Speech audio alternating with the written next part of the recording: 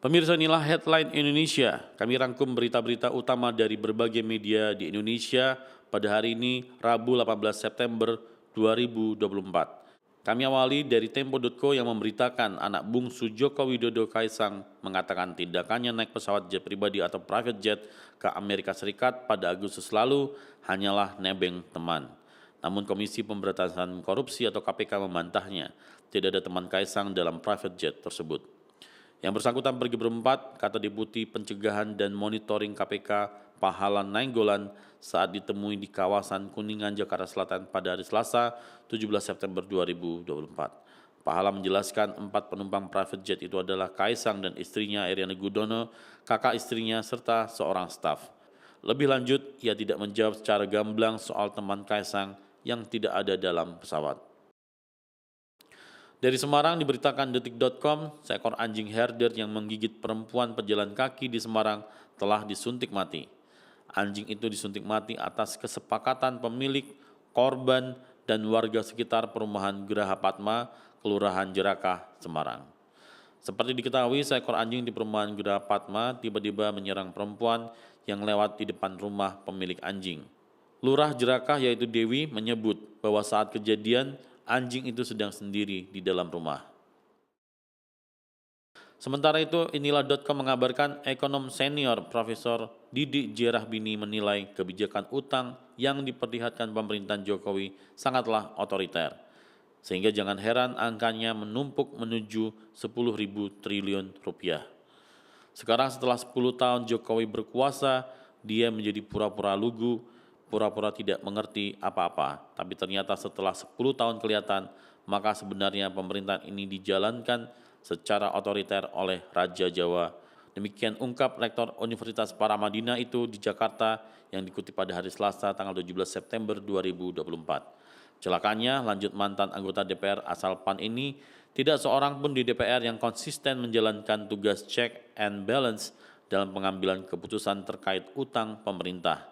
Alhasil saat ini utang pemerintah terus menggelinding menuju 10.000 triliun rupiah dan dampaknya untuk bayar bunga saja sudah sedemikian besar setiap tahun, ungkapnya.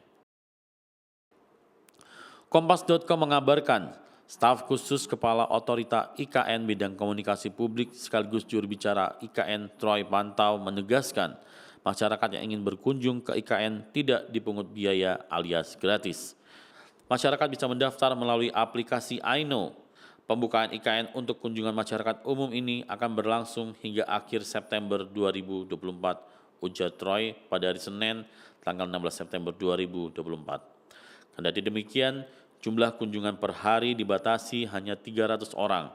Hal ini untuk menjaga keamanan, kenyamanan, dan kebersihan destinasi kunjungan. Beralih ke luar negeri, CNBC-Indonesia.com memberitakan perang saudara terjadi di negara tetangga Republik Indonesia yaitu Papua Nugini.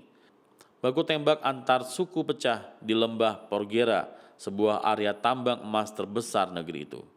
Setidaknya 30 orang tewas saat perundingan damai gagal dan situasi berubah menjadi pertempuran suku yang intens diiringi dengan 300 tembakan pada hari Minggu.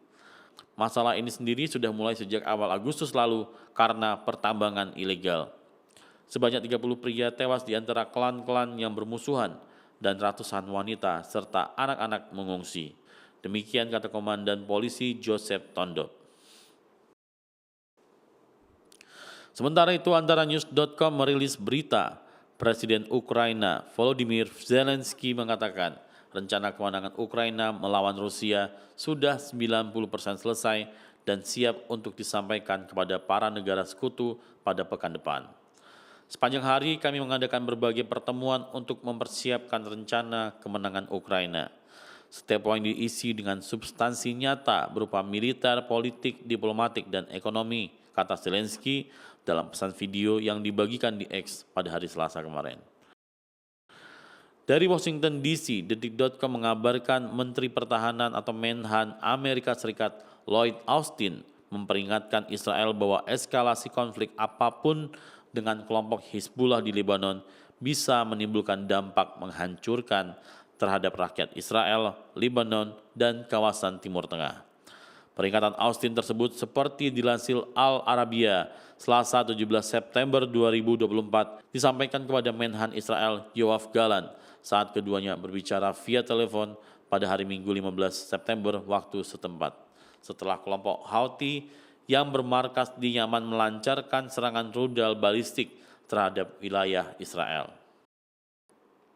Kembali lagi ke CNBCindonesia.com, pada pekan ini pasar keuangan Indonesia dipengaruhi oleh sejumlah sentimen penting, terutama rapat The Federal Reserve atau The Fed mengenai kebijakan suku bunga.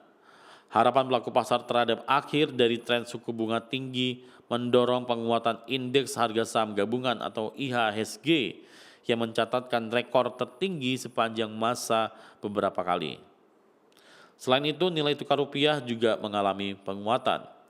Minggu lalu IHSG mengalami kenaikan 1,71% secara point to point dengan nilai transaksi mencapai 57,2 triliun rupiah dan inflow investor asing mencapai 3,49 triliun rupiah.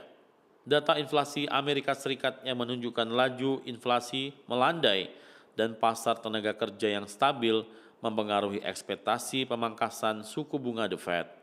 Sementara itu rupiah mengalami pelemahan sebesar 0,23% sepanjang pekan lalu setelah 6 pekan menguat. Republika.com mengabarkan pada 17 September 2024, ledakan serentak pager di Beirut, Lebanon menewaskan 8 orang dan melukai 2.750 lainnya, termasuk anggota Hizbullah dan utusan Iran. Insiden ini diperkirakan merupakan hasil sabotase dari Mossad, menurut analis intelijen Israel. Menteri Informasi Lebanon mengecam serangan tersebut sebagai serangan Israel, sementara Hizbullah berjanji akan memberikan hukuman setimpal kepada Israel. Gelombang ledakan berlangsung selama 1 jam dan terjadi terutama di selatan Beirut, markas Hizbullah.